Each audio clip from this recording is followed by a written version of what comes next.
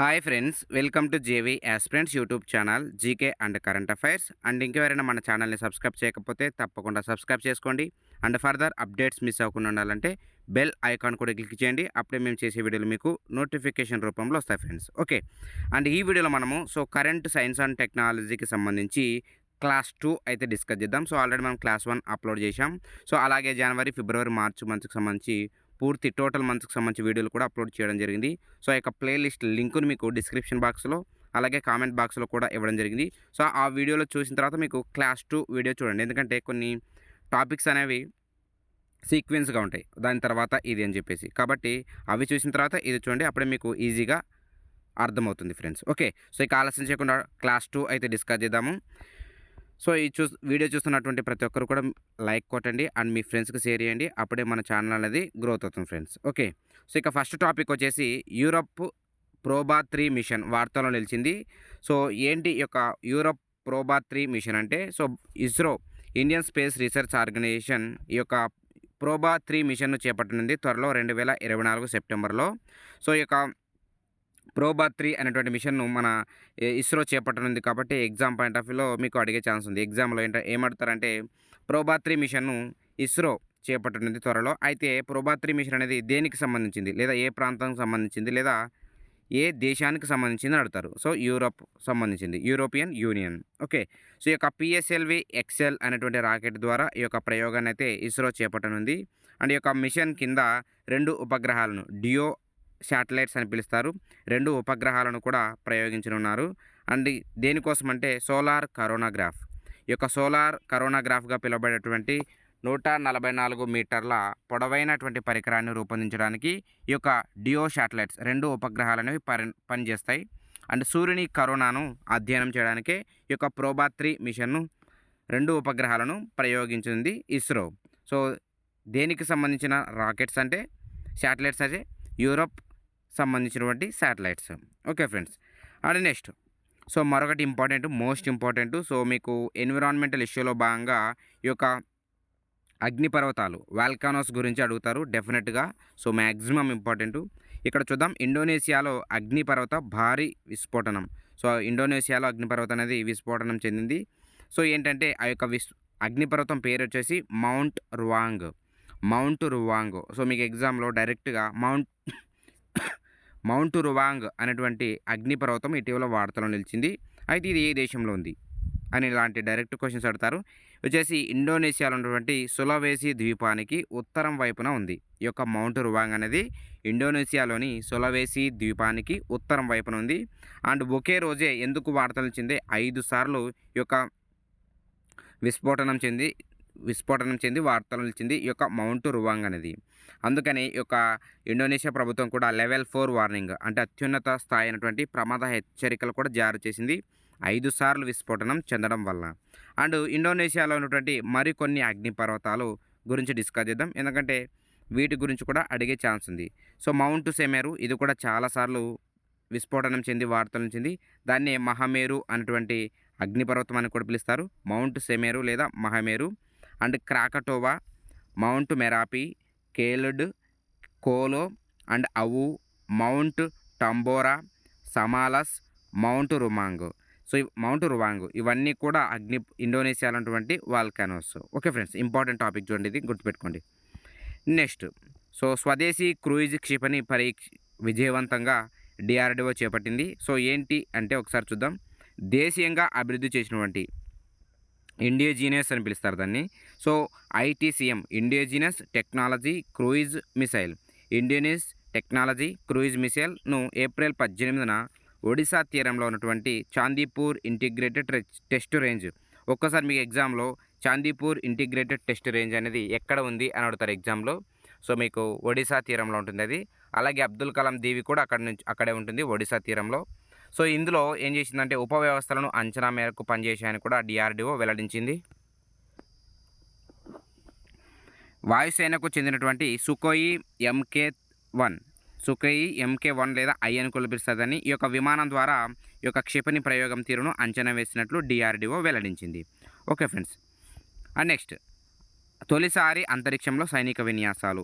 ఇది చాలా చాలా ఇంపార్టెంట్. ఎందుకంటే ఫస్ట్ టైం ఫస్ట్ టైం స్పేస్‌లో ఈ యొక్క మిలిటరీ విన్యాసాలను చేపట్టనున్నారు. సో, ఎవరంటే అమెరికా దేశము ఏ పేరుతో అంటే విక్టస్ హేజ్ అనేటువంటి మిషన్ పేరిట ఈ యొక్క సైనిక విన్యాసాలను చేపట్టింది. అండ్ దానికి సంబంధించిన వివరణలు డిస్కస్ చేద్దాం. సో, భూమిపైనే కాకుండా ఈ యొక్క పొడమి వెలుపల అంటే భూమికి బయట ఎదురయ్యేటువంటి ముప్పులను సమర్థవంతంగా ఎదుర్కొనేందుకు అమెరికా ప్రపంచంలోనే తొలిసారిగా ఈ యొక్క వింగ్ స్పేస్ ఫోర్స్ భూకక్షలో సైనిక విన్యాసాలను నిర్వహించనుంది. అండ్ దీనికోసము అమెరికా స్పేస్ ఫోర్స్ ఇటీవలే రాకెట్ ల్యాబ్, నేషనల్ సెక్యూరిటీ అలాగే ట్రూ అనోమలీ అనేటువంటి ప్రైవేట్ అంతరిక్ష కంపెనీలతో ఒప్పందం కుదుర్చుకుంది. సో, ఏంటి ఈ యొక్క విన్యాసాలు? అంతరిక్షంలో తొలి సైనిక విన్యాసాలు. ఓకే. సో, ఈ యొక్క మిషన్ పేరు వచ్చేసి విక్టస్ హేజ్ మిషన్. అండ్ 2025లోగా దీన్ని అమలు చేయనున్నారు. Okay friends. Next. So, stellar black hole, stellar కృష్ణబిలము ఇటీవల వార్తల్లో నిలిచింది. సో, దానికి సంబంధించిన ఇన్ఫర్మేషన్ ఇప్పుడు డిస్కస్ చేద్దాం. యూరోపియన్ స్పేస్ ఏజెన్సీ, దాన్ని షార్ట్‌గా ఈఎస్ఏ అని పిలుస్తారు.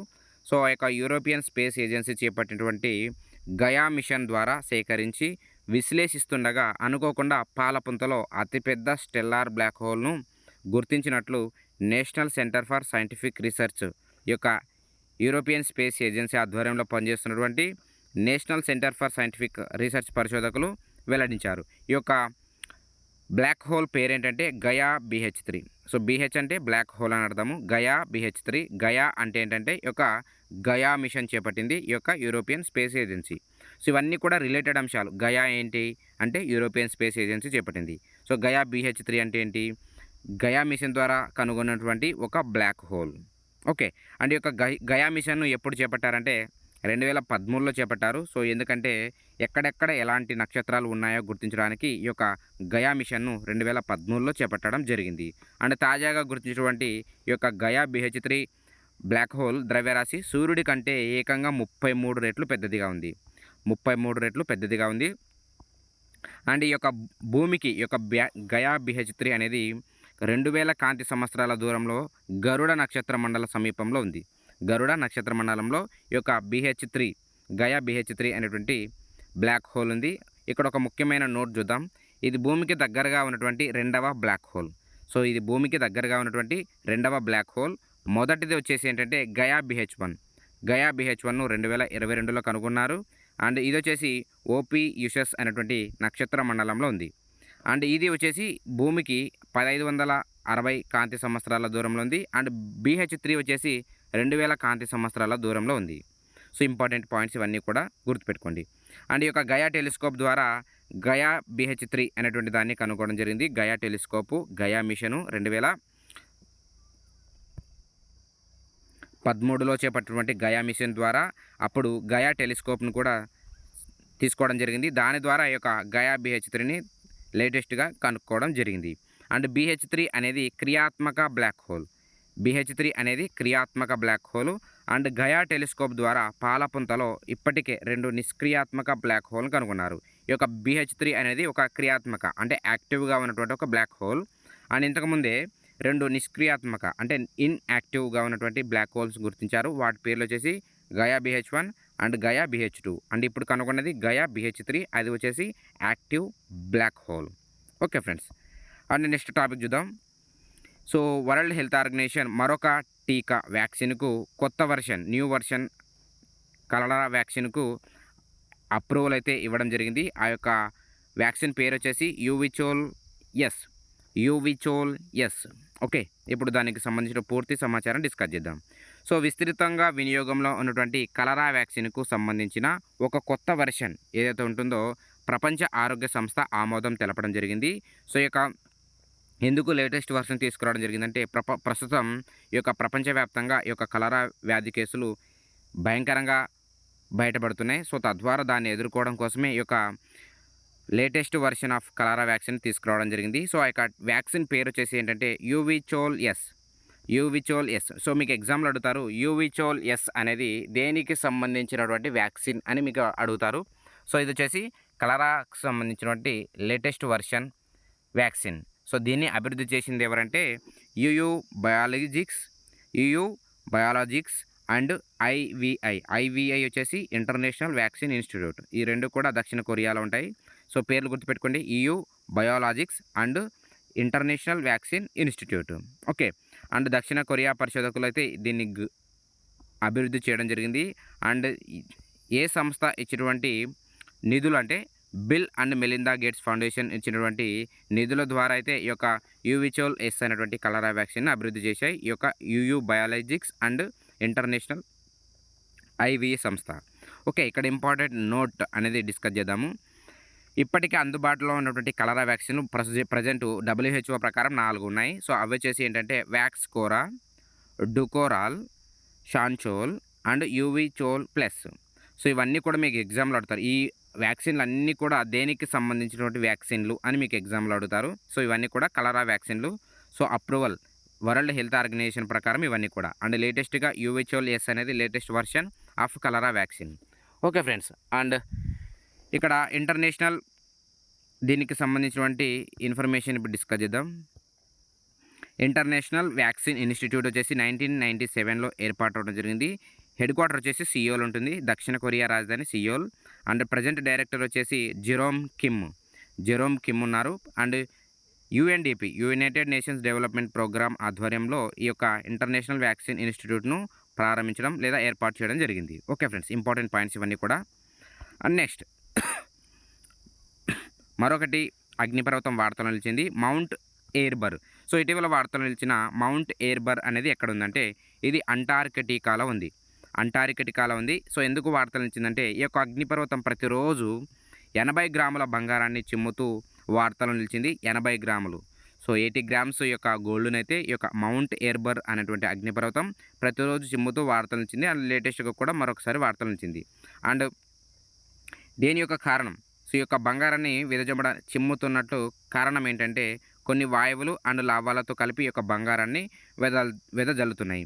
సో, ఈ యొక్క భయంకరమైన ఉష్ణోగ్రతలు పెరుగుతున్నాయి. సో, తద్వారా అందులో ఉన్నటువంటిది ఈ యొక్క మౌంట్ ఎయిర్బర్ అనేది ఈ యొక్క వాల్కానో బంగారాన్ని చిమ్ముతూ ఉంది.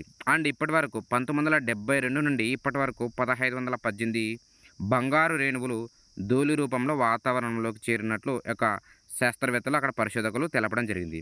అండ్ ఇక్కడ అంటార్కిటికాలో ఉన్నటువంటి మరికొన్ని అగ్నిపర్వతాలు ఒకసారి చూస్తే సో, అంటార్కిటికాలో ఉన్నటువంటి మరొక కొన్ని volcanoes Mount Takahe, Mount Terror, Mount Toney and Mount Siple and Mount సిడ్లీ.